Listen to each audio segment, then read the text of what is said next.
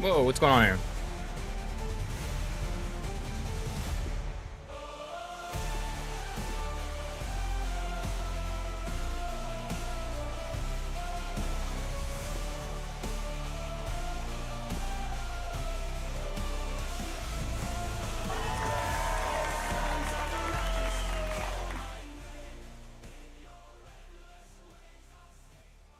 All right, all right. Had a little technical difficulty with my starting screen there.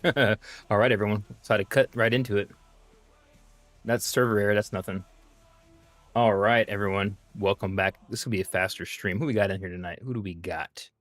Who do we got out there? Yeah, I don't know what was going. I was trying to do an experiment and I ended up like jacking up my starting screen. So I'll have to fix that for the next stream. So who do we got out there? Who do we got? Let's see what we got going on here. Let's make sure TikTok was acting funny. Everything's acting weird this weekend, streaming wise. Everything's acting weird. I don't know. There was you guys' internet and acting weird too. What is it? Oh, that's Twitch. That's Twitter. I mean, that's Twitter. So let's see what we got going on here. Make sure we have a following. We're gonna make sure there. Okay, my TikTok's going. My TikTok's going good. All right, that's good. Make sure I have multi-stream here. I don't know if you guys are typing in the chat.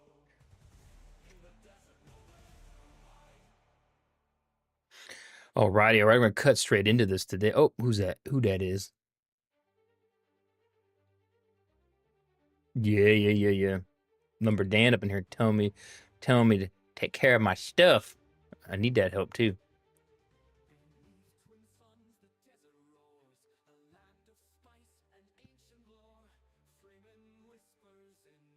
Yeah, I had a technical difficulty. Oh, what's all this? Oh, I tried to start that's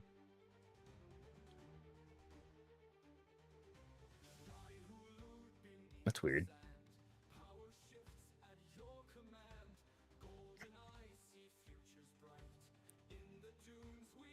Upcoming. Boom.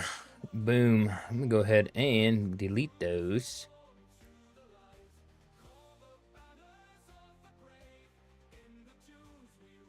For whatever reason, I had two upcomings that were like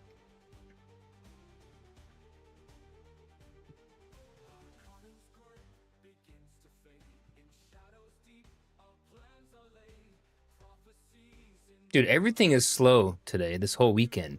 Everything's messed up.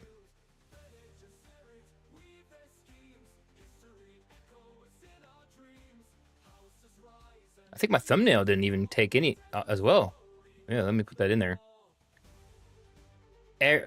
So Streamlabs is messed up. Everything's been slow. Twitch is acting crazy. It ain't my internet. I checked that. I got like 800 freaking download. I'm supposed to be, you know, they promise a gig, but you know, it's never a gig. So.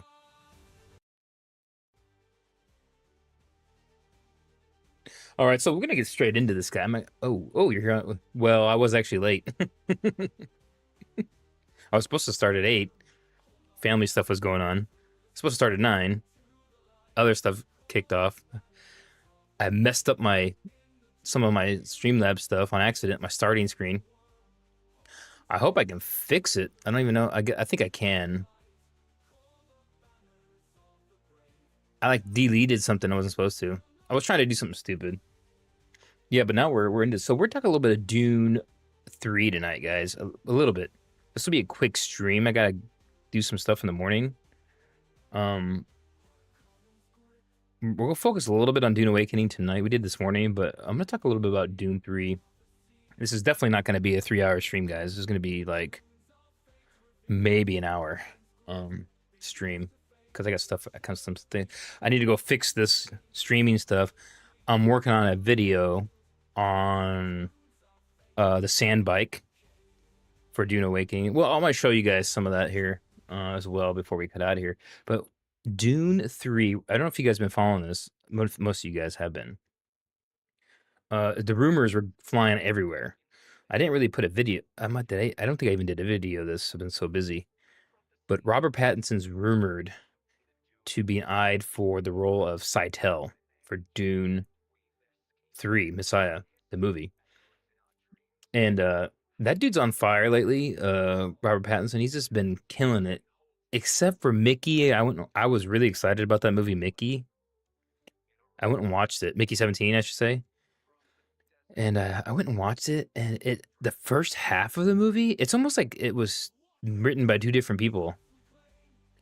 Because the first half of the movie is really awesome, and I was, oh, this is great. And then it goes off the rails of like this huge political thing, and I'm like, oh yeah. So the second part of the movie is just they added all this extra stuff in there that didn't need to be in there. And anybody seen Mickey 17? Any of you guys watch Mickey 17? I honestly, it's kind of not a good movie because the second half of the movie gets way out of hand, like way wild. Anybody see it? Let me know in the chat there. Because when the movie first started, like, oh, this is great. He's going to be dying different ways. He's a clone. They had this whole shtick they could go with, which they did in the beginning, and then it just goes 180 in a different direction of like they added extra stuff in there they didn't need to.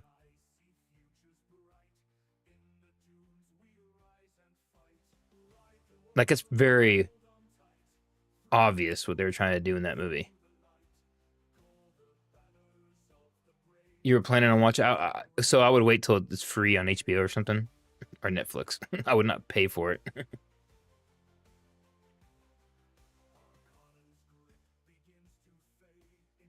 The trailers make it look way better than it is. I'll tell you that. Like that's the good. The trailer is like all the funny good parts of the movie. He's cool. He's good in it. Mark Ruffalo is like way overboard in that movie. And his wife. He's like the leader of the colony ship, and it's just so outrageous. You're just like, ugh. I don't know. I mean, I don't you. I don't know. It gets too much, and it drags on at the end too. Of like, okay, we get it. We get the point of that. And there's like the he's like the director of the colony ship, an ex-politician, Mark Ruffalo. I'm ruining it, but his wife was played by I can't remember her name, but she's like way overboard too. The stuff she's doing, like nobody acts like this in real life. They're trying to make it look like it's like a real life stuff, like people act like that in real life. Nobody acts like that in real life. There's kind of an anti-animal eating, anti-meat thing in there. They put everything in it, like anti kind of political things in there, I should say. Anti-meat thing and colonization stuff, and it's like they just put everything. It's all in there. All any political thing you can think of is in there. That they decided to put in this movie. And it just kind of takes you out of it, you know what I'm saying? Instead of just being Mickey 17 dying different ways, you know what I'm saying, in space and wherever, and like all this stuff and him negotiating that. The whole movie should have just been about him. And maybe and what's his face is in there? The Glenn from Walking Dead. He's an okay role too. It kind of screws him over back and forth. You could have had between him and maybe a couple other people, but they started tacking on new characters and then the story just goes way out in the left field and then the Mark Ruffalo stuff is there too long. Yeah, I put videos out. Okay, so Mickey 17, it's okay. The beginning's way better, and then yeah, I would watch it for free, guys. And so Jason Momoa, yes. So I put some videos out on that. I think I put a video on Jason Momoa. Yeah, he. This is not even a rumor. He confirmed it on the Good Morning America or something. He told that the host there, yeah, he's coming back.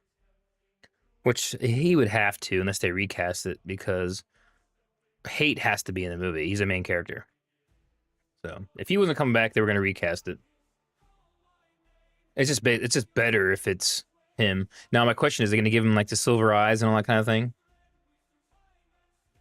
But we'll see if they do all that. Yeah, so Robert Pattinson eyed for the villain role in Dune Messiah. But Seitel was bad guy, but he really wasn't like the main guy running and pulling the strings in that book. But yeah, well, I don't know.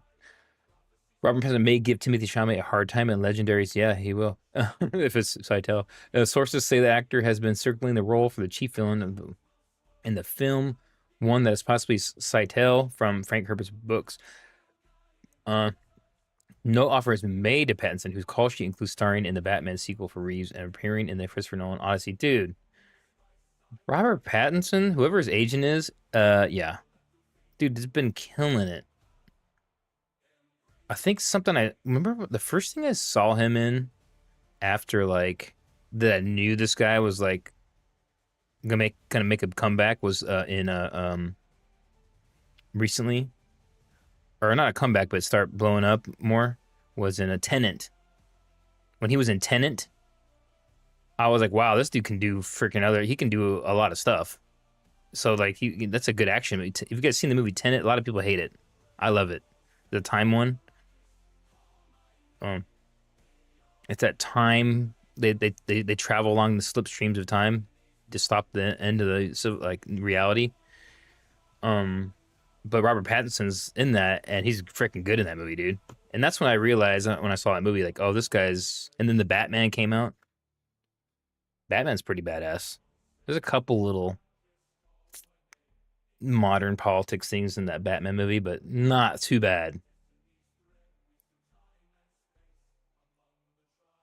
Yeah, so this guy, I think he'd be a good choice for Tytel. He has that kind of that weird look, and they're gonna make him like shift, you know? I don't want to spoil it for people that don't know. Um,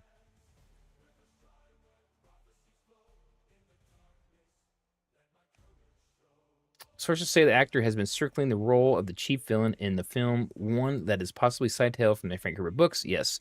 No offer, okay, no offer. Like Nolan, Dune filmmaker Denis Villeneuve is known for attracting the world's top talent, eager to a chance to work with director. Yeah, but then they don't get any awards for it. Do you think that's like an anti Denis Villeneuve campaign going on in Hollywood? I think there is. I think it's jealousy. I think it's jealousy that he's that good of a filmmaker, and I think other filmmakers campaign behind the scenes to sabotage him.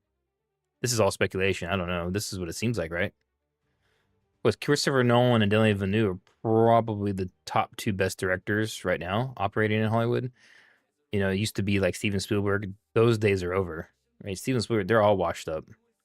All the old school Francis Ford Coppola and all those old school directors, they're all washed up. They're nobodies now.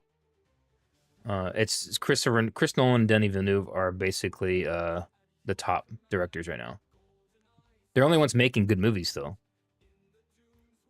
And the guy who made I always forget his name. He made the I talk about this movie all the time. I tell people to go watch it. God dang it. Um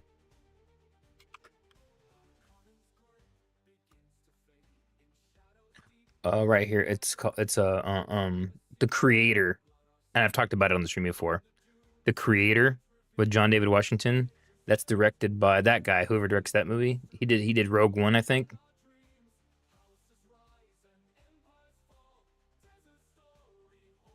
Who's the director on that?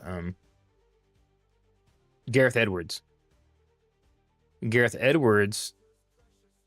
I want to get I want Gareth Edwards, you know, because Denis Villeneuve says he's only going to take over.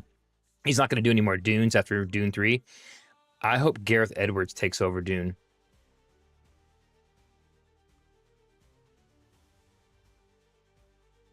Because he's the only guy who can really do it. Now, he did do, I think, one of the crappy Jurassic Park ones. Yeah, he did that Rebirth. That sucks. He did good. Godzilla 2014 is pretty good.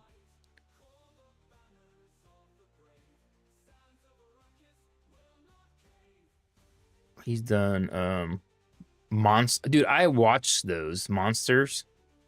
He did that movie looks good.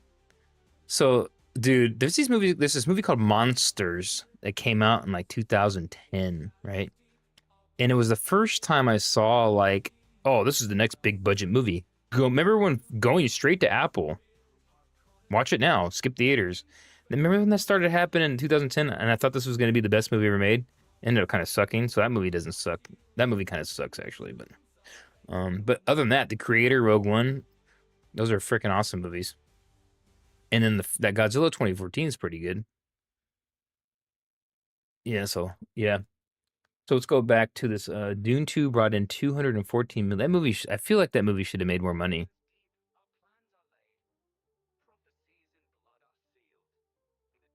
Do I think Hollywood is woke? Yeah, I think that's pretty established at this point.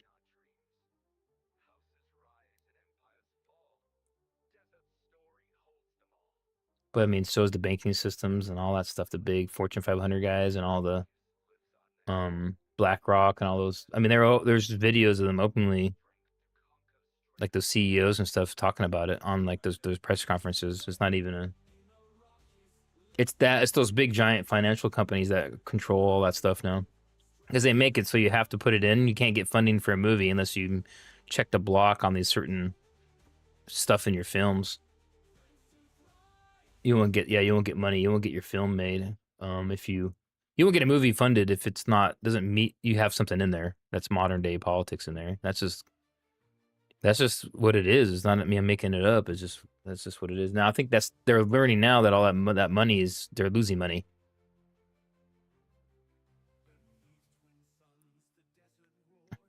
Anti-meat's been around for a while though. Talking about Mickey 17, anti-meat stuff's been since I was. That's been going on since I was a kid in the 80s. Dude, global warming is not new either. It's been going on since like I was a little kid. I remember in like grade school in like 80s, like I was like fifth grade or something. I remember them saying that the teacher saying that there was a book. I think it was an actual social studies book or something. And I remember this, and it said in there that the polar ice caps are going to melt and the cities are all going to flood by like 1999 or something. And then they made Waterworld the movie. I was like, oh yeah, it's Waterworld. Dude, they used to fill our head. They used to teach us all kinds of nonsense in school in the 80s. In the 70s, the ice age was coming back. Then it was going to be melting. Then it changed from global warming, and then it was hairspray in the 90s. Your hairspray is killing we're gonna because it's hairspray because we had a lot of heat wave in the 90s. It was hotter then than it is now, and I was like, oh, it's your hairspray, chlorofluorocarbons. I think I remember all this crap from when I was a kid. They had it everywhere, and then it's the same hair. I mean, hairspray was big. I mean, everyone used hair. No one uses. People don't use as much hairspray now because the big bangs and all that stuff in the 80s and 90s was more. Women and men were using it too more, and so now that no one uses it, it's because of the style. So they have to go after something else to blame. Now I think cow. I know, dude. I remember I don't talk about this stuff on my channel, but now you guys got me talking about it. God dang it! It's fun to talk about. I should make a separate channel for that.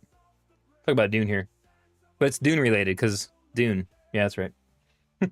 Dang it! You got me, Lumberdan.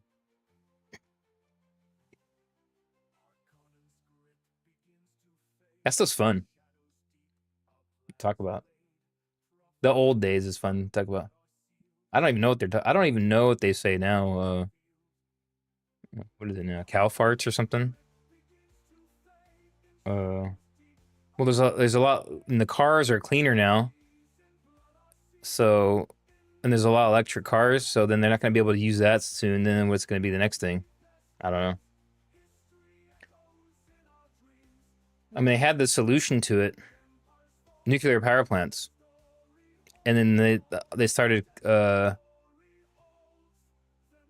So we had nuclear power plants and they started well the thing is you'd have a meltdown in some country in Europe, well Ukraine specifically, and then they got scared of it. And the US has never had a full meltdown, just partial meltdown. 3 Mile Island, that was the one that almost melted down in the United States, but it didn't fully melt down. And then Ukraine was a full meltdown. Chernobyl, because a lot of people think Chernobyl is in Russia. It's in Ukraine.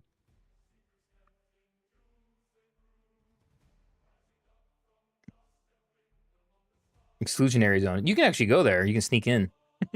I've seen videos on YouTube of it.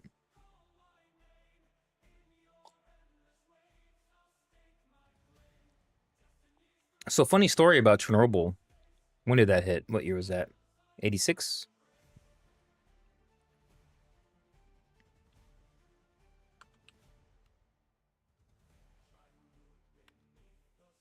86. I was right, dude. A couple months after Challenger blew up. I was third grade. So, Chernobyl, when my dad he's retired. He's a nuclear physicist. And at that time, when that happened, he threw out all the milk in the house. We weren't drinking any milk or nothing from like animals and stuff.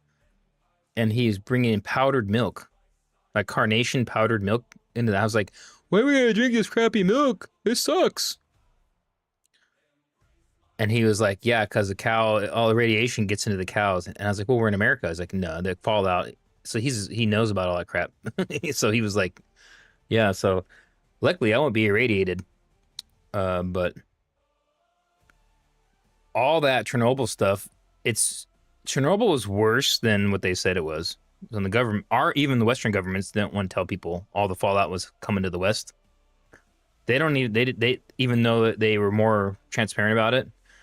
The Soviet Union at the time totally lied about it all and said, "Oh, it's only so many rads coming, all that kind of thing, per whatever." And the West was like, "No, you're full of crap. We're detecting all this stuff from every other places." And even with that, they lied about because they don't want a complete hysteria. Yeah, and people wonder why cancer rates are skyrocketing in the late 80s, 90s, 2000s. Oh, dude, there's a document. There's a document the government had put out. I have to find it. I won't find it here on this show. So I'm going to type something into the chat here or into the Google. So right now I'm going to pull this up. Here, I'm going to pull this up. How many nuclear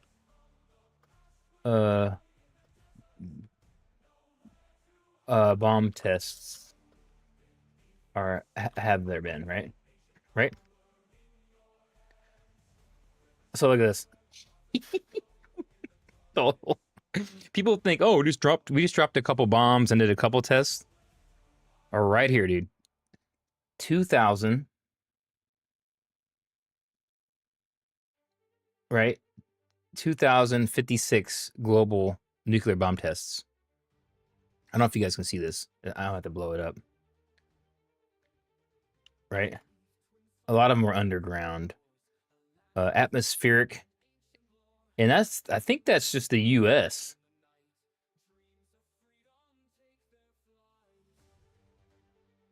No, that's not the US. But US did almost 1,000 of that.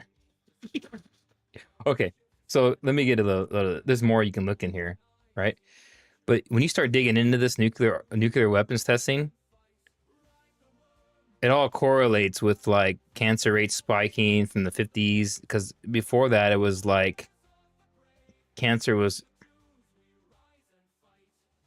Before that, it was like cancer was a thing, but it was like, oh, maybe you'd get it. And then after all the nuclear testing, boom, it has skyrocketed, right? And then now they try to blame it on food and things, which is kind of bad too. But the report says, no, nuclear testing has nothing to do with cancer rates. Dude, you full of crap. The government says that. Yeah, it has nothing to do with it. No, we dropped 1,000 bombs below ground and in the air. They would blow up nukes in the upper atmosphere to see what would happen to the atmosphere. I'm not lying, guys. It's crazy. They thought they would and then when they did it, the first time they detonated a nuke in the atmosphere, there was a slight percent chance that it could ignite the entire atmosphere of the planet. They just said, "Oh, do it anyways." Oh, we had complete mad scientists doing stuff like back in the 40s, 50s, and 60s. Dude. People don't even know. I mean, look what the Germans were doing, man. we'll get back on Dune, but this kind of correlates with Dune in a weird way because Frank Herbert was all he knew about all this stuff. Frank Herbert knew about all this stuff right going on. He was against military industrial complex, all that stuff. So, and even though I'm a pro military guy, I still find all this stuff fascinating. I still find all this stuff interesting. Let's see. Uh,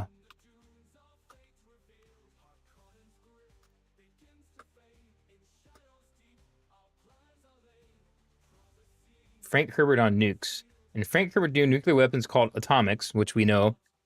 Now we're talking some Dune guys and uh, are a complex topic with both powerful deterrent and deeply taboo history. The Great Convention, a universal legit document, bans the use of atomics against human life and their possessions and a key element of power. And which I made a video about when they used nukes on Earth to wipe out the friggin' thinking machines. So we talked about that, and I think it's in the second book. I can't remember if Vorian, because Vorian Atreides takes a fleet, but after he convinces the humans that hey, he's a good guy now, they give him control of the fleet. He takes a fleet to Earth and nukes the hell out of it, like torpedo bombers and stuff, getting through the defenses of the. It's actually badass, dude. And in the book, I can't remember if it's Butlerian at the end of Butlerian Jihad or is it if it's in Machine Crusade. I can't remember which book that happens. And anybody remember? Those books are badass. I don't care if the anti Brian Herbert people say. I love those books, dude. There's so many people that hate the Brian Herbert stuff, and I get it. The writing style is not Frank. It's but I've talked about this before, guys. I've complained about this before. I get it. He doesn't have the same writing style and like, you know, historical kind of writing, you know, epic kind of writing style, a Tolkien type style, I call it. And then Brian is more like, hey, Warhammer 40K novel kind of thing. That's how he kind of writes, right? But once you get past that, this is great. It's great lore. Yeah, nuclear weapons are not good, but in a weird way. Nuke the threat of nuclear war is the only thing that has kept us from not having a World War III already, guys. I hate to tell people that. People never want to listen to me about this. I hate to tell people about that because they're like, no. Think about it. If there was only conventional weapons still, dude, Russia, China, all these countries would be attacking countries all the time. Nukes are the only thing that have been keeping big countries from invading smaller countries, really. And look what happens with Ukraine, dude. Every time we do a move, the U.S. does something. Putin says something about, "Oh, we're gonna threaten nukes," and it's like, okay, but no one ever does it. They didn't know the repercussions of those things, dude. That's why Putin will never escalate that war, but beyond what it is, it'll never go into a NATO country. It just ain't gonna happen because of the threat of nukes. That's why I think we'll never go to war with China either. They have nukes.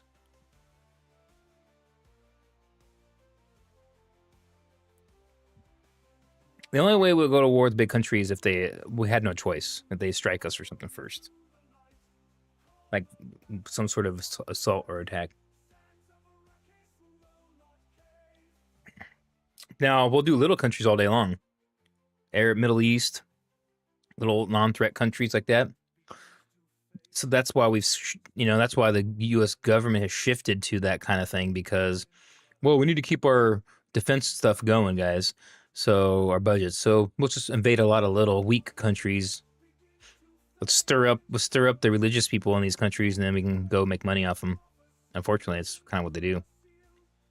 Even though, like I said, I'm pro-military, I'm just not really pro the people making all the problems for us above us. But yeah, it is what it is. It is kind of Dune. It's funny how close real world Dune is. Like we are kind of like Dune, but on the planet. We got the different houses. They don't really want to do a full out war, right? We're kind of like the U.S. is kind of like the Padishah Emperor, House Carino. You know, we're kind of like you have the Landsrad, which could be like the EU. They're all kind of weak. But the rest of the houses are kind of weaky, but they're still got power. You know, Russia's not really a thing anymore. They're more kind of like Russia. Soviet Union might have been like the Harkonnens back in the day, but now it's kind of China. Russia's pretty useless now at this point. Irrelevant. They have the most nukes though. They got more nukes than us. It's very cool how Earth is kind of like Dune, and then Frank Herbert knew that, and so he kind of wrote it to kind of the oil was the big thing in the Dune. It's supposed to be the spice. It's supposed to be oil, the Middle East, and all that kind of thing. And we're still doing it, and we're still exploiting all of that. I mean, say the U.S. has its own oil, but Europe doesn't. Europe depends almost solely on Middle Eastern oil, especially England.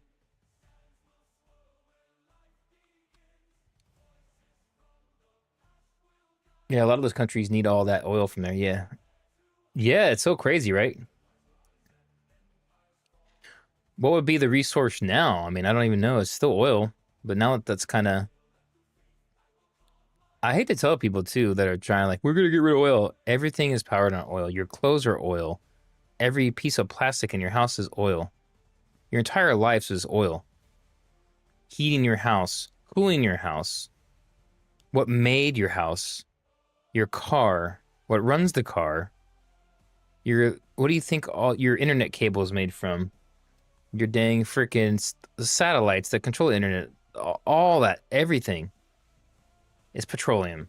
Your entire life. If you got rid of oil overnight, you'd have mass genocide. How do you call it? Starvation, whatever. You'd have a complete dot kill off of the human race. You literally, if you just like what a lot of these politicians cut off oil, we don't need to use it. What are you going to use?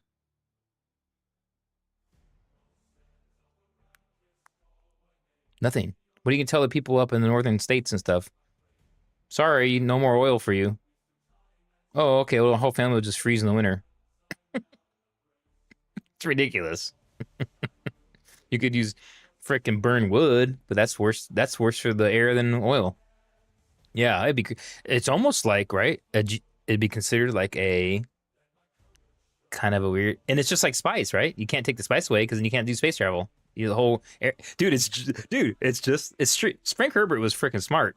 He knew if you get rid of it, half the freaking known universe dies, just like in Dune. If you get rid of the spice, all the trade and travel and all that stuff with the freaking space folding disappears. Boom. Real world is we are living in Dune. We think of Dune's a science fiction movie that's out there, and we're never gonna see it. We live in Dune, and we are addicted to the spice, which is oil. Whole society, it's crazy.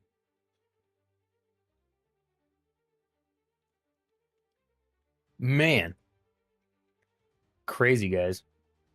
5 people in here. I went on my rant. Hey, at least it was Dune related this time, Lumberdan. Semi.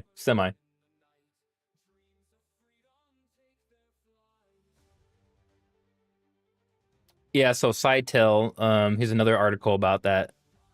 Rumors villain, and I guess this is Mickey 17 picture right here. This is 9 hours ago. So none of this. I wonder where they get this information from. Is it because they saw him going to an interview somewhere with Denis Villeneuve or something? How do they figure this stuff out? There's like all these sleuths in Hollywood. That sounds like a fun job, right? Ooh, yeah, insider knowledge in Hollywood. Or they just leak it on purpose to hype the movie up because it's kind of not going to come out for a little while. Dude, imagine the teaser trailer for this movie. Dude, I'm going to flip out. What do you think they're going to play that in? When do they start filming? They probably haven't started filming yet. Dune, I think it starts this summer. I think it's all pre-production and pre-rendering and stuff going on right now. I think the actual acting filming starts like I cannot spell tonight, dude.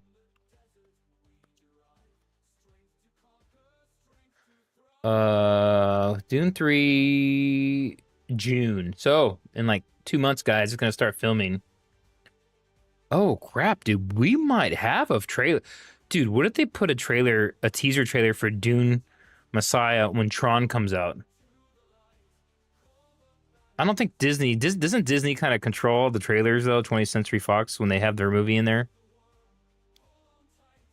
I don't know how that works with theaters. That'd be a good movie to have the Dune 3 teaser trailer. I'm excited about this Tron, guys. Um, so what's I said I was gonna talk about Tron a little bit, guys.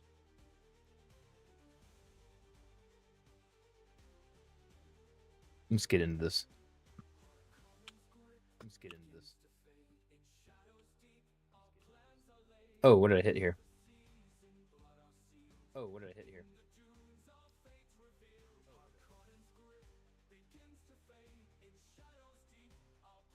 Uh,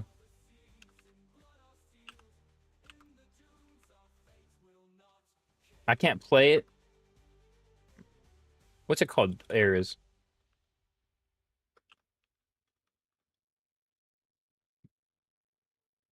Videos. Go to where's the YouTube? I'm gonna bring it up, but I'm not gonna play it. I'm gonna turn off the CC.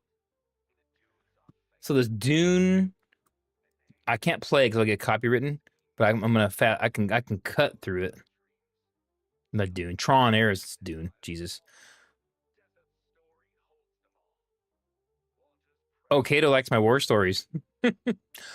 Oh yeah, that's what I forgot to bring up today, Kato. I kind of got a war story for you because a new movie just came out.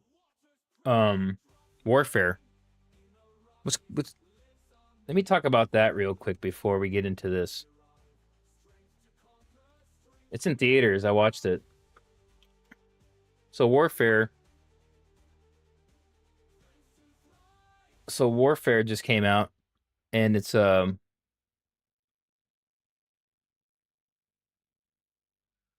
War movie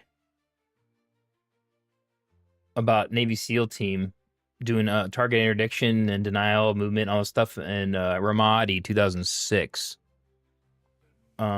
They get basically their mission goes messed up. They get they get a deliberate attack on their position. They get wounded pretty badly, and then they have to get evac'd by an army unit. Because what happens, and I know actually more information about this movie than what the movie shows, because the movie's not totally accurate actually, and I'll tell you why in a minute how I know that. But I don't know if you guys have seen this trailer for Warfare. It's in theaters right now. It's so November 19th, 2006, in Ramadi, the city of Ramadi in Anbar province. And the reason I know about this story, I didn't know about it when I went to watch it. I didn't know it was related to something I know because, but when they started doing the call signs, well, it said the time frame, and I was like, okay, 2006 Ramadi. Okay, well, I was there in Ramadi during that time, and and our unit was supporting these Navy SEAL operations, our Army unit for QRF, outer cordon, heavy armor, and Bradley support. That was what we would do for these while these Navy SEALs go and do their secret squirrel stuff like this in the movie. We would be staged in different areas in case they did get attacked, right? And that's what exactly would happen. This story is true story, and it was our guys. It was my unit. So that's how I was like, hey, wait, when I'm watching this movie and they start just calling the call signs over the radio in the movie, I was like, wait a minute, Bushmaster. I'm like, well, that's us. And then I'm like, wait a minute. And then they have Brad. Okay, the one pet peeve of this movie, or two pet peeves of this movie, is that when the Bradleys show up in the movie, M2 Bradley, I'll show you a picture of what a Bradley is supposed to look like. In the movie, they look like this. I'll show you. Let's see if I can even find one. They're not Bradleys. Where the hell? You can't really see it. You can kind of see it right there. Okay, that's the movie vehicle. The section shows up to the get him out of there, right? Out of the house they're in. This is not a Bradley. This is called it's a British. They filmed this. I've researched this whole movie because of this.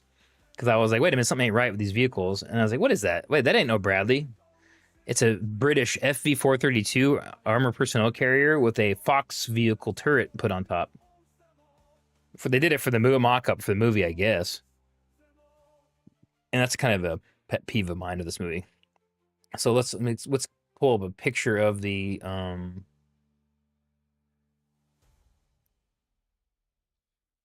So I'll put M2 Bradley, and you guys can see what that actually looks like.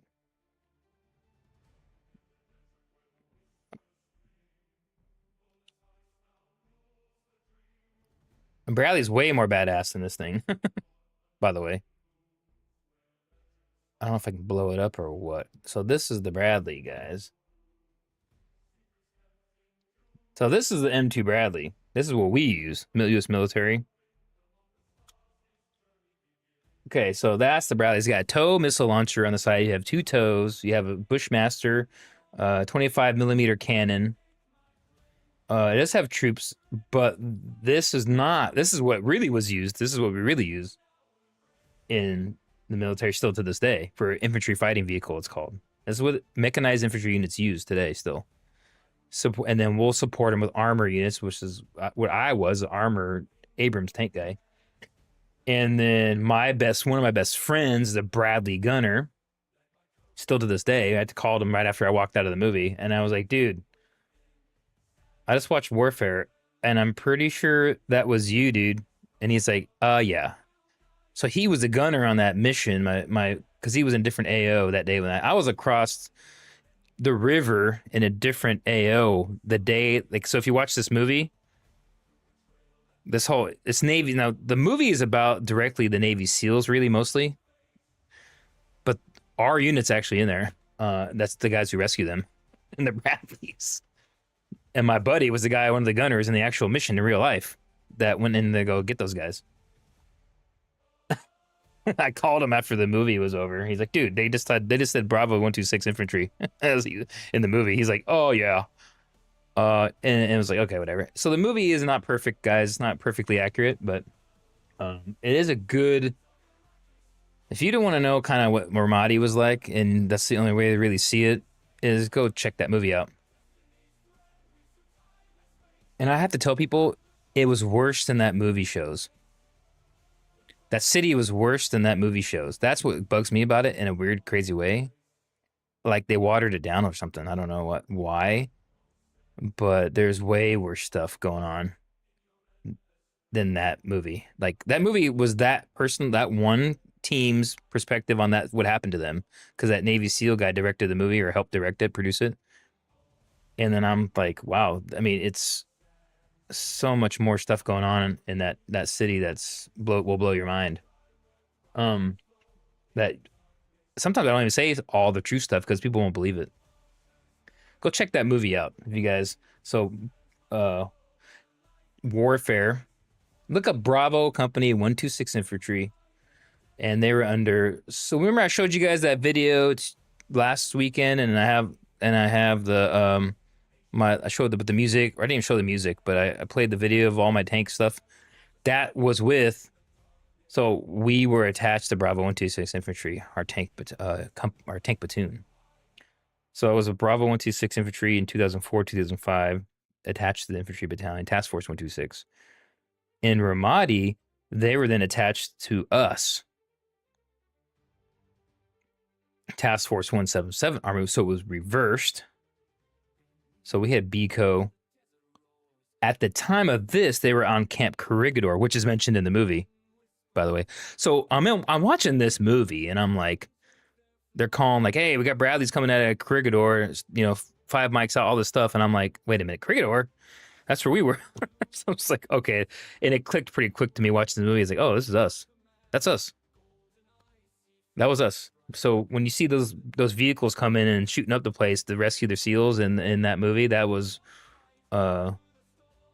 our infantry company in our task force. And then I know all in the real life, I know all those Bradley crews in real life. They're all friends of mine.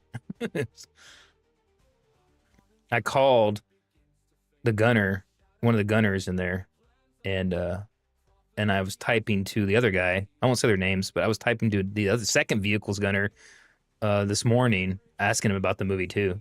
I was like, 'cause I know them. We were all together in the. That's our second Iraq tour with me with these infantry guys, and then we were all together in Samara the year before. So we had already been seasoned with all this crap. So when we got to Ramadi, we were just guns a-blazing out there. So, yeah. Pretty interesting stuff, guys. So if you do get bored or something, go watch that movie Warfare, and then you'll be like, oh, okay. Now this is the fake. This is a real Bradley. Now I was looking at this fake Bradley. See the difference? This is not a Bradley. Bradley? Not a Bradley. It's hard to see probably right there.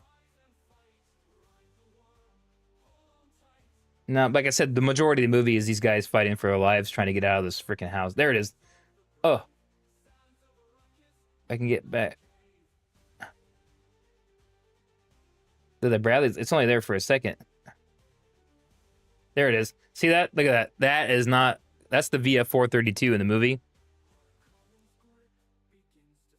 So when you watch this movie, I saw this and I laughed. I probably shouldn't laugh at because the movie's a serious movie. I was like, what the hell is that thing? And then I looked into it. Oh, they filmed it. They filmed this movie in a soundstage and stuff. And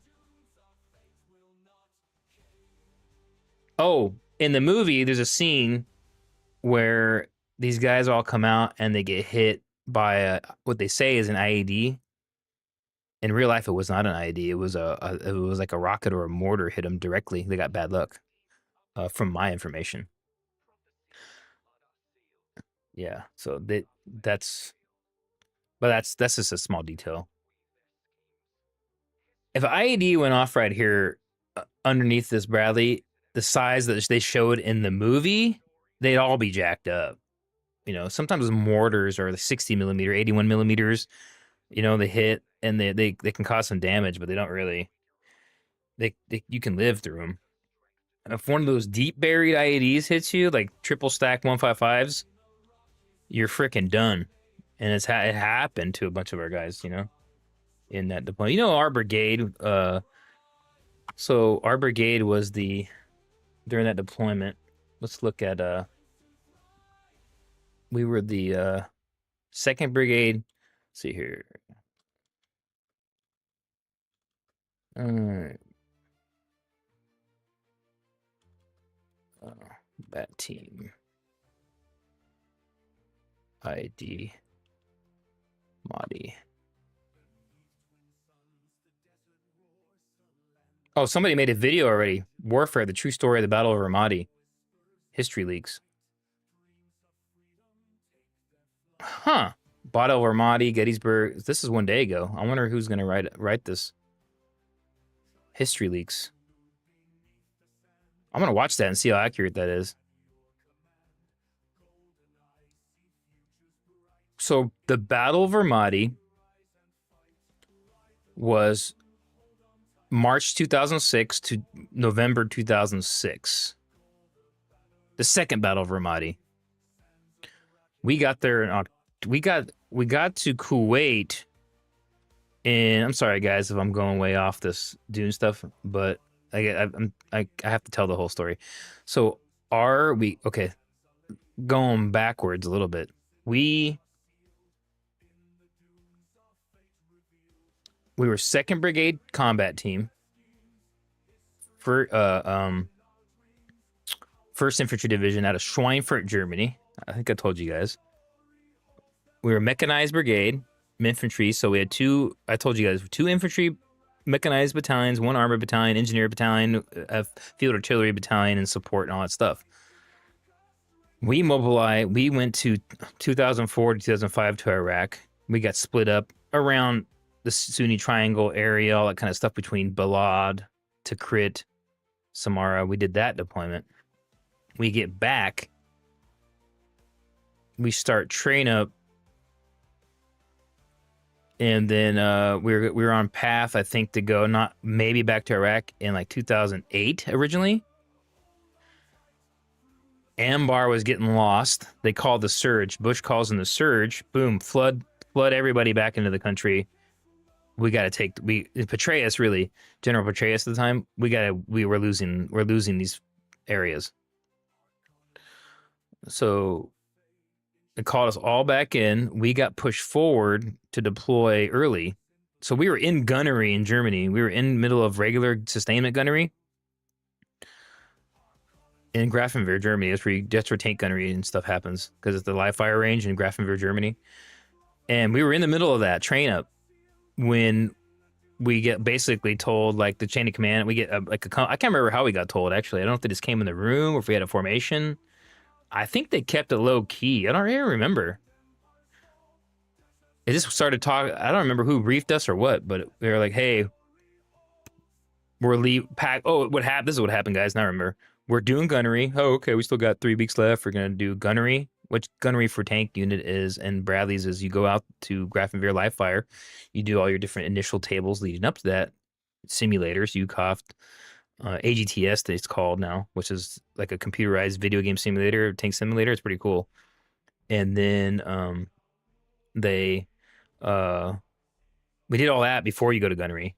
Then when you get to gunnery, you might do a dry fire run, or maybe a slap T run, where you have a inboard device where you shoot like these 50 cal rounds out of your tank cannon. You put this whole device in there and you shoot 50 cal slap T rounds out of there. It's like this bolt action cool thing you stick in there, and you can basically shoot one at a time.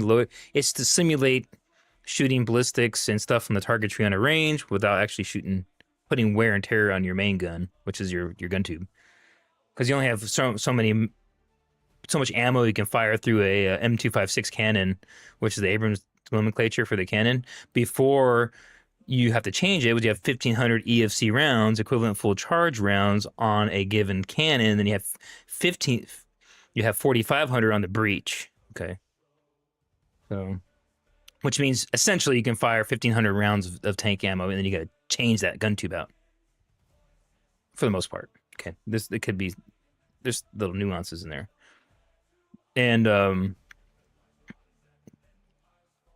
so you can shoot simulation stuff and 50 cal round things out of there and all that out of there. And it's called the inboard device, and you can shoot slap T 50 cal, which is like a little saboed 50 cal round. 50 cal is a giant freaking machine gun bullet, but you can shoot them separately too.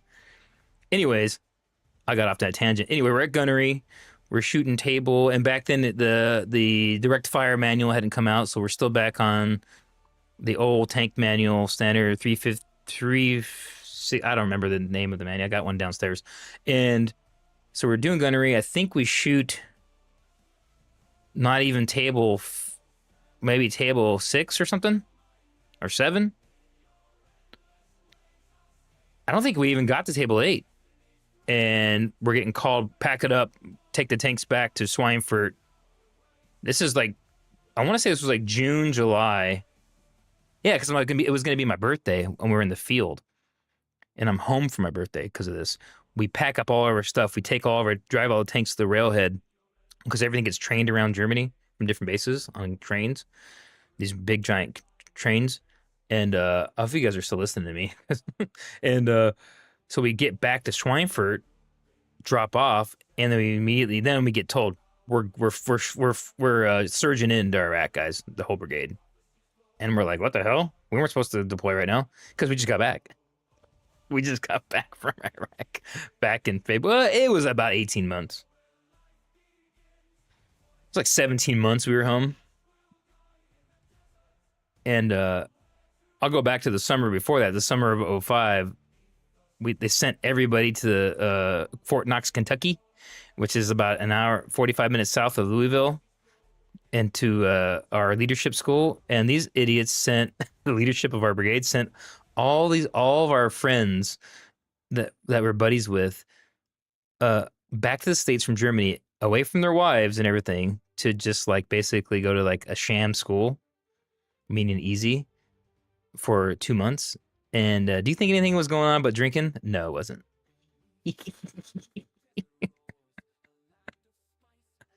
Anyways, going back to 2006. We're like basically July 2006. We're like, what the hell is going on? We're deploying. So instantly everything shifts to deployment prep, tanks, Bradleys, everything. We're changing track pads. We're changing track. We're doing maintenance services, all these vehicles. Boom. We got to get them to the railhead to ship off to the ports. They get shipped and get shipped on boats, on ships down through to Suez and all that kind of stuff to Kuwait and get offloaded in Kuwait. And then we sent Advance Party and all these other people to go and offload these tanks and put them on heads and stuff. I didn't do that time, but they get on basically heads, which is heavy equipment transports, the Abrams and all the Bradleys and stuff, and get drove up through Iraq to wherever we're at. That's a side story. But anyways, we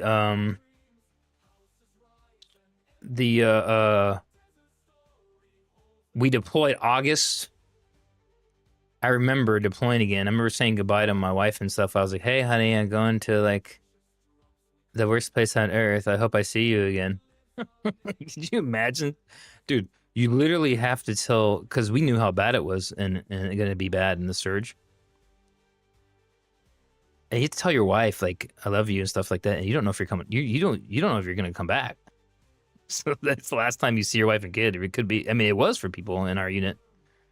It's not. It's not funny. It's not funny, but it is freaking funny in that it's effed up, right? And looking back at it, it's how I deal with it, guys. So I don't mean disrespect, but I was there, and if I laugh, it's the way I deal with it. Anyways, so and nobody tells these stories, right? You only really hear about some of the stuff. You never hear the real deal stuff, like from regular army units. The guys that were going back year after year after year, like multiple years. I did 7 deployments. You know? So this was only the second Iraq tour I did. This one I'm talking about. This movie was in that time frame. So we deploy. I remember we were get on buses. I remember specifically, we get on these buses. We were in the hangar. They put us in the hangars. They rope it off. So your families, at a certain point, your families can't see you anymore at your base. They rope you off, and then the families are like kicked out of there. If they try to sneak in, they get detained and all. I'm not lying, guys. This is like the real thing. And then they drag the wives off. Some wives are like screaming and crying because their husbands were getting on buses and stuff. I've seen that a bunch of times. My wife didn't do that crap, but some people do. Some wives are screaming. Justly so. We lost 86 people in our brigade that year, in 15 months. So that brigade, our Germany Schweinfurt unit, 86 people didn't come back. That's a lot. 86. Well, I think some of the other units, engineers were counted in that. So I don't know how many directly were from Schweinfurt, but it was a lot. And then my neighbor got killed. So I live in like this apartment buildings in Germany. And then you see like that guy one day, you deploy, he was in a different AO. And then you come back and his wife's gone already. Like she moved out because he got killed. And then she gets moved out of there and goes back home after he got killed. Or like that deployment was pretty brutal because my old loader got killed. And then, so he was my loader the previous year. It's a tank crew, right? Tank crew. He was with my tank crew. I knew him for like 2 years. He was a brand new private, but then he got promoted to E5. They stayed in Bravo Company, and I went to HHC. And then he got killed in Baghdad while we were still in Kuwait. Bravo Company went with Task Force 126, or was it 118? It was 126. I don't remember who they might have been with 118. It might have been Alpha with 118. I can't remember. I have to ask my buddy. Anyways, it doesn't matter. My buddy got killed. We weren't even up so the rest of the brigade weren't even in. So one task force got sent a month ahead. to get to Baghdad because they had to get relief. They had to relieve the unit in place. I think it was 100 and no, it wasn't 101st. I don't know who they relieved up there. And then we weren't going to Baghdad. We went to Ramadi. But anyways, EFP, like the first freaking 20 days they were there, young kid, Andino, and then my buddy, Meryl, boom, gone. EFP, IAD, dead. We weren't even there yet. We're doing memorial services in Kuwait for our guys. And we're not even up in Iraq yet. We're still doing our prep down in Kuwait in the desert. So there's a place called Camp Buehring, which is a giant desert facility, which is still there. That's where a lot of staging goes on. That's the name of the game. So we get to Ramadi, or correction, we get to Camp Buehring, and then we do all this train up and stuff, prep for vehicles, connexes, equipment, gear, and stuff. And then 3 weeks, I think it was 3 weeks we were there, 2.5 weeks, we get on C-130s, boom, and then we're going up to Ramadi.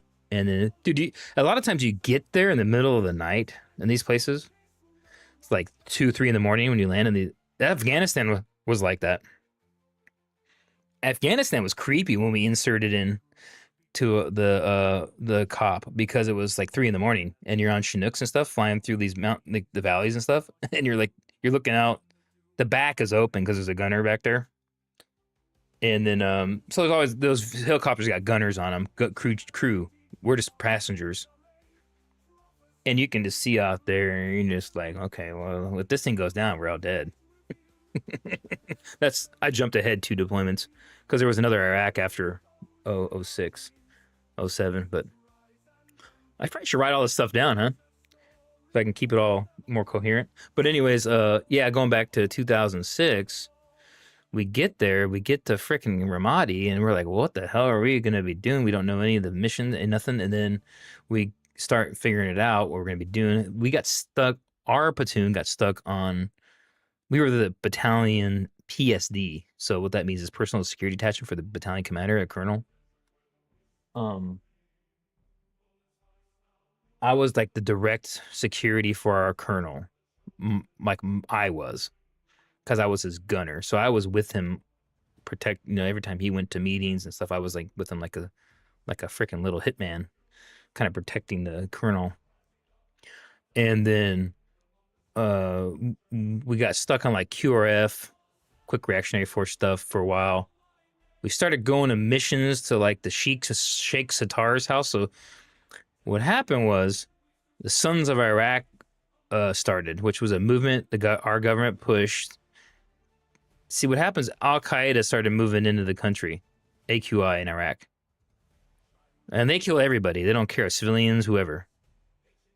Well, what happened was the people we were fighting before were like more like local militias and stuff, and they basically were getting tired of that, so we kind of made a deal with them. The Iraqi tribes, hey, let's kind of work together and stop AQI, and we'll get out of your hair. We'll leave. So we got Sheikh Sattar, which I was at his funeral because he got murdered later on in that year. The big Iraqi sheikh that we were kind of collaborating with to get the tribes together to fight AQI and secure the city of Ramadi. We worked with the mayor. I've been to that Ramadi mayor's house. This Iraqi dude. He had a heart attack, I think. I think they said he died. But let's see here. Sheikh Sattar. Let's see if we can find this guy. Here he is right here. George Bush met him. I've been in There's Petraeus, so we can look right here. So they blast kills top sheik working with the U.S. and Iraq. Okay, guys. Oh, do you have to hit that? I don't want to back. How do you get out of this? How do you do this? Continue without supporting this. Yeah. So Sheikh Sattar, I've been at his house. He had a facility right outside the gate of Camp Ramadi. And I don't know if that is his house or not. I don't think so.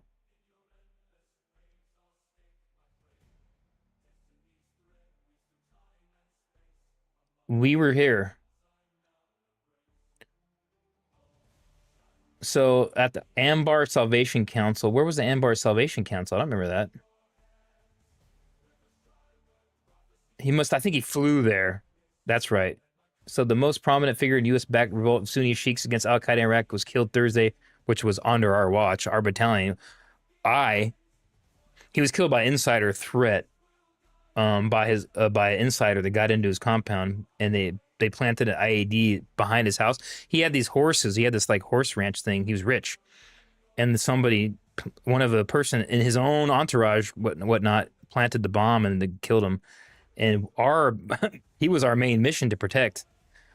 So he got killed. I've been to this guy's house. I ate food with this guy, and he had a Down syndrome. I think it was his brother that would come out there and stare at us at our gun trucks. I don't know if it was his brother or what he was, but he would come out here and just stare at us while we're waiting, guarding, like on whatever, waiting for the colonel's meetings. It's literally right across the street from our big giant base camp Ramadi. This place, his house. He had like 3 houses, a whole compound. He had we called him Speedy. He had his main security guy rode around on a bicycle, on a motorcycle, and we liked him, Speedy. I have video of that. I have video of this place here. I don't know if I have to pull it up. I have video of this guy's house. I've been there. Let me see what I can find here, guys.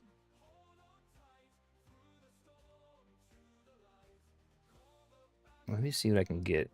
I gotta get off here soon though, because I got some stuff to do. I know we went off the rails again. Thanks, Lamberdan. Let's see here. I'm gonna find one video, then I'm gonna have to end the stream. Let's see if I can find one video for you guys. Iraq right here. Ramadi. That's not it. That's not it. This is all my stuff from Germany. Maybe I have something. Well, my best friend visited before we went on that deployment, actually. What's all that?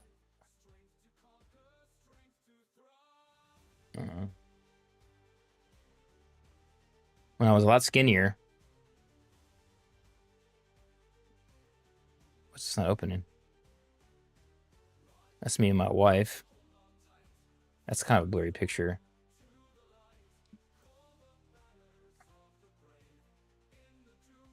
Man, my wife was so skinny back then. Don't let her. I hope she doesn't watch this.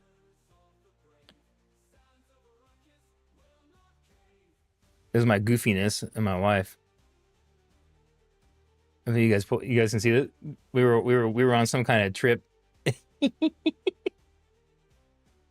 There I am right there. I'm always doing that stuff. Let's see if I can find that was in Germany. This was before we went to that deployment. My best friend came and visited. That's 2006. Why I can't seem to find who's this? Oh, Ramirez. That's Ramirez. Where's my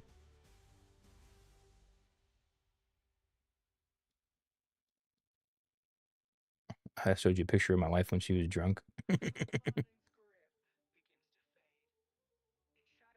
That's funny. Where the hell is the Ramadi stuff?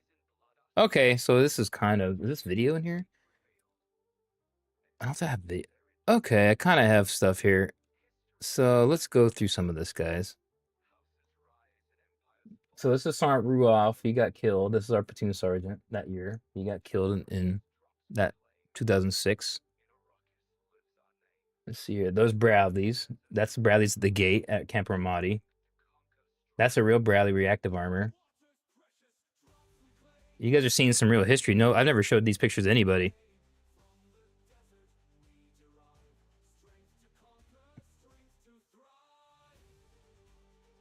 Okay, so that's just one random mosque in Ramadi. All right, so there we got this. This is all just random. See, this is what it really looks like out there, just rubble and trash everywhere. The movie looks clean. Look, there's just crap like this all over the place. Those are all crap cesspools out there, all the runoff. Family, put family on there. Family.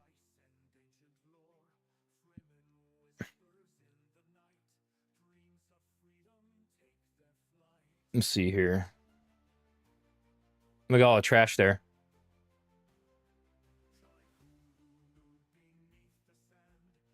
Yeah, those were Brad's. Those weren't tanks, actually. But this is like during that movie. This is where we. This is the same city, the same place. But this is where this is what it really looks like, guys. Not like in the movie where the streets are kind of clean.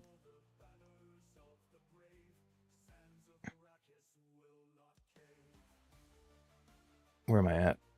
I think we're gonna come up on some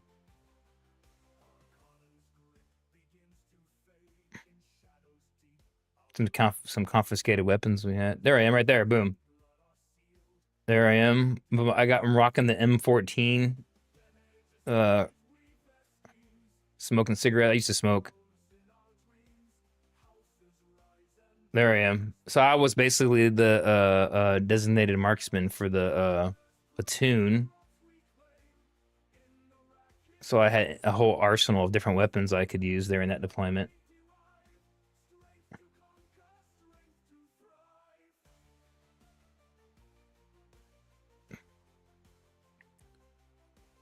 Villa Lobos.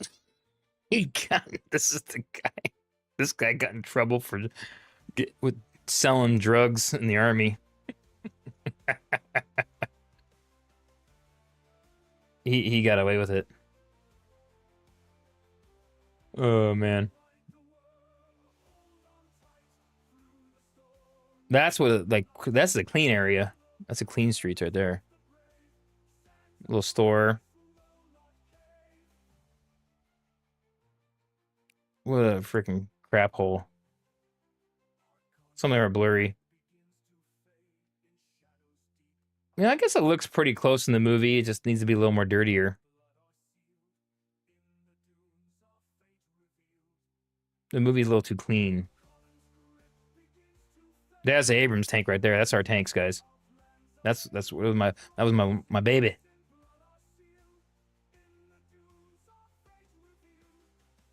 I don't know if I have the there we go. That's what I rolled around in half the time. That deployment we roll around in Humvees mostly. We only use the tanks a little bit on that deployment every once in a while. We needed to do something big. There's Sergeant Ruoff. He's KIA. He got killed in July 1st, 2007. He was our platoon sergeant, our boss. See, I went to sniper school with that guy. A Bradley and a tank. So this is the Abrams. That's a tank. The Bradley has a smaller gun, so the tank has a 120 millimeter main gun. So I shoot one cannon round at a time. Yeah, you can hit at the five. Well, this is an M1A1, 4,000 meter range on the move, and then the Bradley is a infantry fighting vehicle. Troops can go in the back. There's no people. Only 4 people ride in this tank. In the Bradley, you can fit infantry, and then the gun is a 25 millimeters, much smaller. It's a Bushmaster autocannon.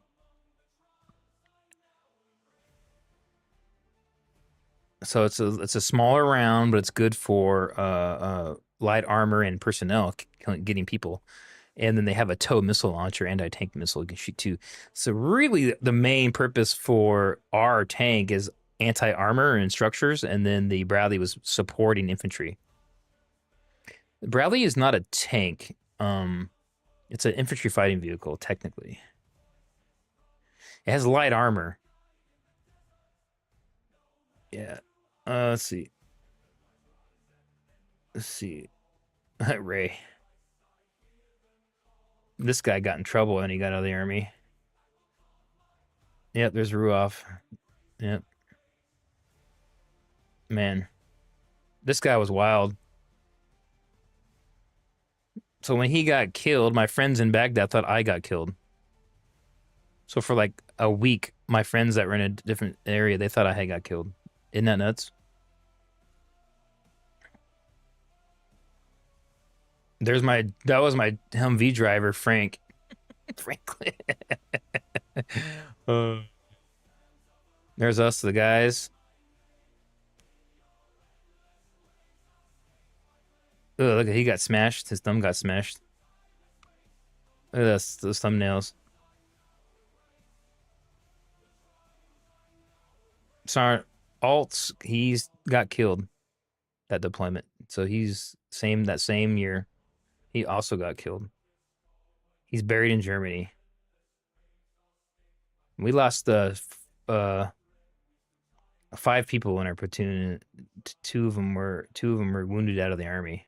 So Sergeant Tiffany Blackjack was our platoon name.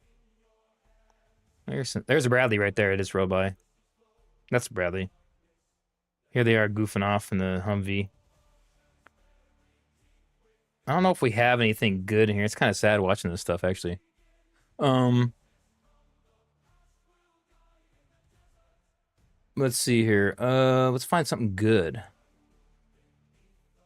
I don't think I have the good stuff in here. Dude, here I am, all tired. Dude, look at this. I have like a mark on the side of my head. It looks like a birthmark or something on the side of my. That ain't nothing. I was in a metal concert before we went to this deployment. I went to this giant metal fest in Munster, Germany, called the Mainstream, and I was in the mosh pit for Darkest Hour, I think it was, or Neria, I can't remember which band it was. And then somebody swept my legs. I was jumping in the air and I fell right on my face. I was drunk. Oh man, I was a wild man back in those days. I'm a big metal head. So people don't know that. I listen to a lot of metal.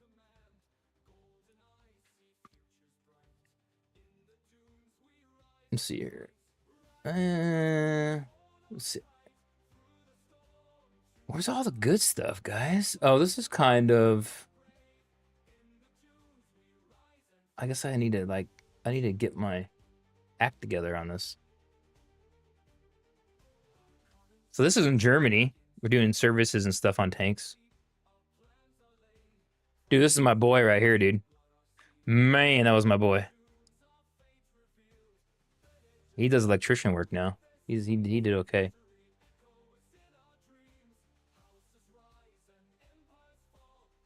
That's when we came back from 2005. Yeah, that's about all I have in here. I have to find some. I'm gonna have to find some better stuff here, guys. But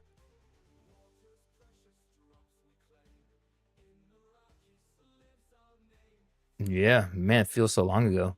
Man, I was so skinny back then. Call of Duty. A gamer back then, guys. I was a gamer back then.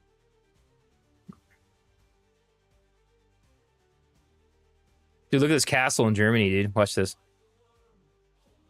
We went to this place is you can still go to it today. Neuschwanstein Castle. You can go there. We walked up there. We didn't go this trip we went on.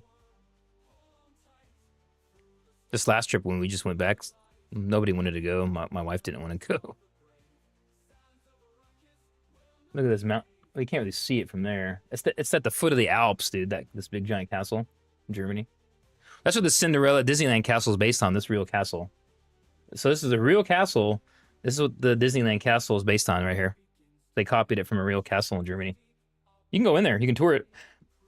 Pretty cool. Well, but anyways, go check out Warfare, guys. Get a little taste of some Warfare. Oh man.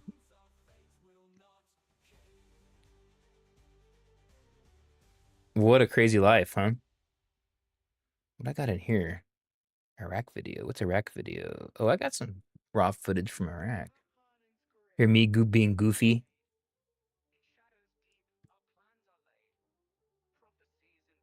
What do we got here? Gerard. Oh, I'll show you one more picture. It's funny.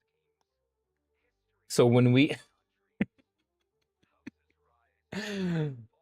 so that building that's on fire, this is 2004 or 5 Iraq.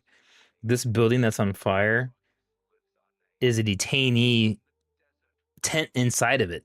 So they had this hard stand kind of weird bay, and inside there they had was all the Iraqi detainees, bad guys. We would uh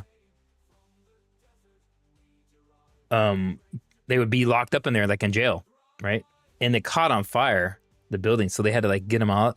But I have this picture, which I'll show you. It looks like we're marching them into a burning building. We're actually getting them out. Oh, dude, look.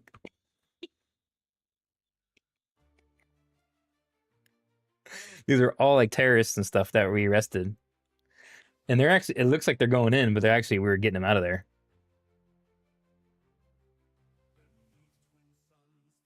Dude, isn't that funny? Oh, man. I remember this idiot came running in the door. Get the fire extinguisher. We got the buildings, the detention facilities on fire. And I'm like, oh, shoot. I come running out with a little tiny little fire extinguisher, and I look, the whole thing's ablaze, dude. Like this, like I showed you a minute ago.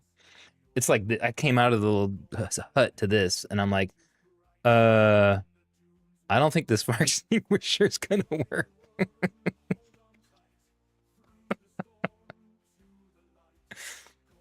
Oh man, wow. Here's inside the gunner and tank commander seat of the Abrams. That's me kind of taking a nap, and that's my tank commander at that deployment. That's how cramped you are in there. Imagine sitting in there for 15 hours, dude, in 100 and like 30-degree weather. Yeah, it's good. Yeah, love it, love it, and embrace it. Hope you like it. Here's a Bradley.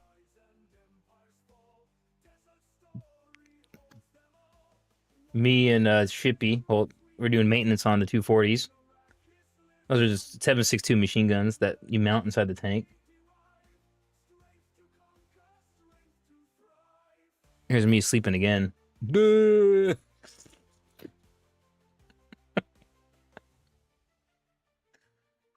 Oh, anyways, yeah, I got all kinds of pictures. I have more stuff. I just got to figure it all out. Where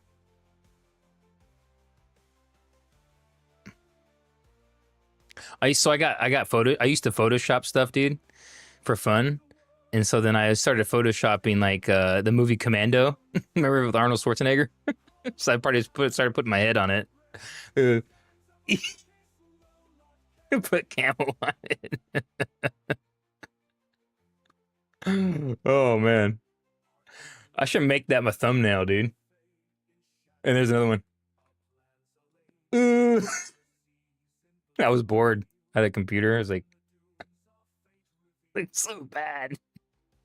Here's the one with my arm chopped off. Remember the movie Commando? It's so bad. Oh, I love that movie. Go watch that movie. If you've never seen Commando, go watch Commando. It's Arnold. This type Commando, Arnold Schwarzenegger. Watch it. Classic. All right, everyone. I gotta cut it off. I gotta go do some stuff, but I'm going to end the stream. We got it. We kind of got out of the Dune stuff, but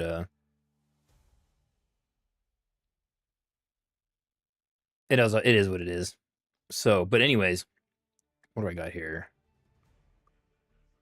Let's get into the thing. I think I gotta go and fix my stream here, my starting screen anyways, guys. So yeah. Say it won't be short stream, close to one. Brave stories, man. Oh yeah, Lumberdan. Brave stories. Yeah, it is what I mean, it's I don't know, man. It ain't really brave. It's just it's just your job kind of stuff. And people like kind of like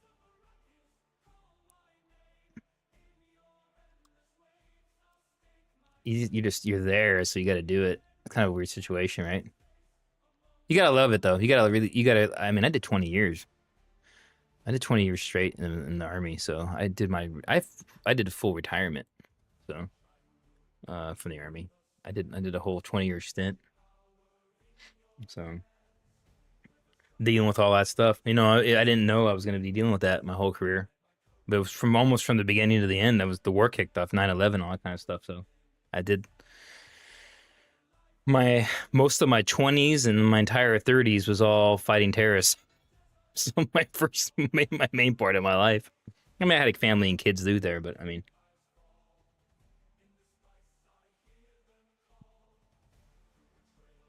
yeah, but my I was never home. So Now they get me home all the time, which I think they're annoyed at me now. What's this picture? One more picture. Oh, that was our Remington 700 we had. Uh, yeah, I think we ended up like I don't know where this one was. I think we painted it. Can't remember. Anyways, yeah, everyone, I gotta go. But anyways, stay tuned. Oh, so I'm gonna be streaming more often. So I did two streams today, guys. I promise. Once this game comes out, I'm gonna be all gaming and Dune. Okay, I know I get on all this army stuff because it's kind of like I watched the movie, and so it had me kind of the movie kind of brought back a lot of the stuff this week. So I've been kind of dealing with that, and then but I like to share it. Like people don't share stuff. I like to share it. I think people should know. I don't know why. I'm like that. I think if you don't share stuff, it's gonna die with history. You know? And I tend to try to keep a more upbeat view on it. I don't really I'm not we weren't victims, you know what I'm saying? We knew what we were doing, so it's like I wasn't no victim. So I kept signing up the dude over and over again. You re-enlist. So I don't look at it as like a victim mentality at all. So some people do, I guess, but I don't. So it is what it is, man. People sign up for that stuff, and you know what you're getting into. You should, you should know what you're getting into. Then people join the army and they think like, "Oh, I'm gonna be a cook, and I ain't gonna fight."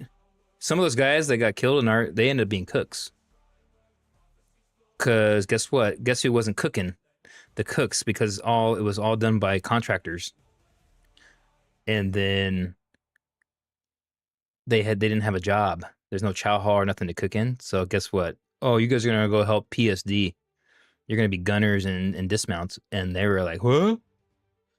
And then one of those guys got killed. So, you know, it's it doesn't matter what your job is. You got to know what you're getting into in the military, especially Army and Marines.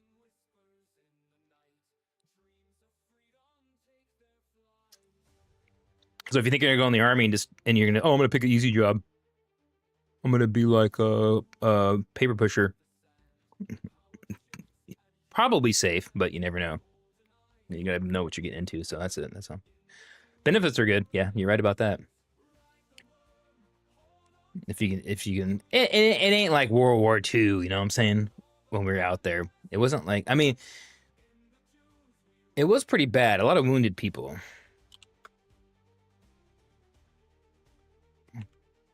Not a lot. So less people died because of technology.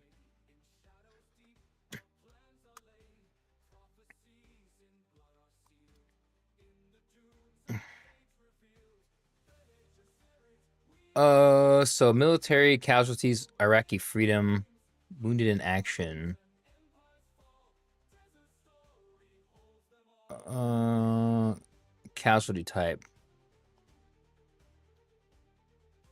It doesn't say like wounded. I just want to say wounded.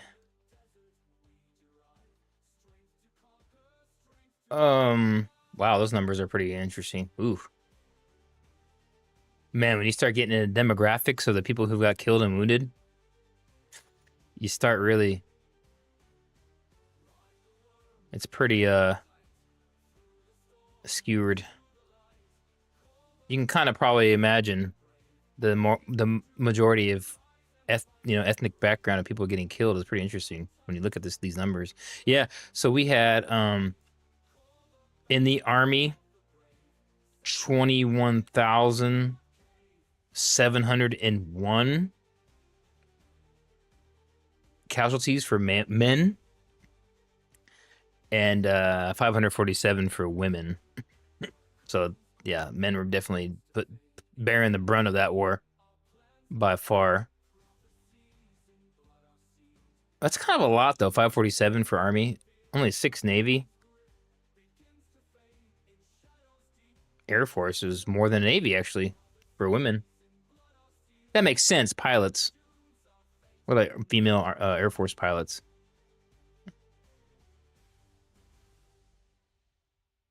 Wow, E4, man, that's crazy. These numbers are wild. Anyways, total, yeah, 31,993 This isn't KIA, so that's just total casualties. So that's mostly wounded. So yeah. Yeah, I never got wounded either. I got blown up. Oh man, Technolab, you missed the whole stream. I just went over Ramadi history. I'm about to cut it off. I gotta go. I watched Warfare, and then I just went off the whole thing about that for the last talking about that. And then it's the 20-year anniversary for Surge is coming up, and that movie came out, and then I watched it, and it was us and Ramadi. It was the Navy SEALs being saved by 126. That's not a 113. That's the VF 432 British. That's the British 113. And they put a freaking fox turret on top for the movie. It's retarded. Yeah, that's the part of the movie I didn't like. Like the biggest part of the movie. It's supposed to be Bradley's coming in, and it's these stupid vehicles, these British vehicles. Yeah, I really kind of. But other than that, I guess the movie was okay. They get the Navy SEALs don't really look too competent in this movie, guys. That was one thing I didn't like. I wouldn't want myself looking like that on that mill. The Bradleys come in and save them, which I guess it's a true story that really happened. And I think I talked about that. Was us. That was 126 and 177 that went to save him in this movie. They even put it in the credits, thanks to 126 Bushmaster, which was us. So it was like, wow, that's us. I told those guys, I actually got to cut the stream off. You got here late. I should have texted you, huh? I'm sorry, but anyways, yeah. Wait, who's somebody writing in the?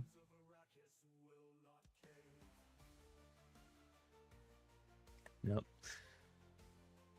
Yeah, folks. So I'm about to cut her off. If you missed it, you can go back and watch the stream. I did a lot of Iraq stuff in here tonight. I do it every weekend now.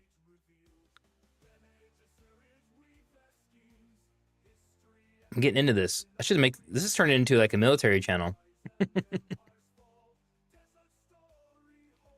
It's just because there's not a lot of Dune stuff out right now, guys. I'm running out of things to talk about Dune, and freaking the Game Inc. is almost out, and there's no show, there's no movies out right now. It's just news, and it's just kind of like we've said everything. It's just kind of a pain, but yeah. But we'll get there. The game comes out here in a couple weeks, so we're gonna be good to go soon. It'll be all Dune. So, well, guys, I gotta go. Until then, I will see you guys out on the desert. Look out for videos. I'm working on videos. And I might go live again tomorrow. We'll see what happens. I'm trying to go live more. So just remember, just stay tuned for that. And then Discord, I'll put it in the Discord too. So yeah. All right, guys. I will see you guys later.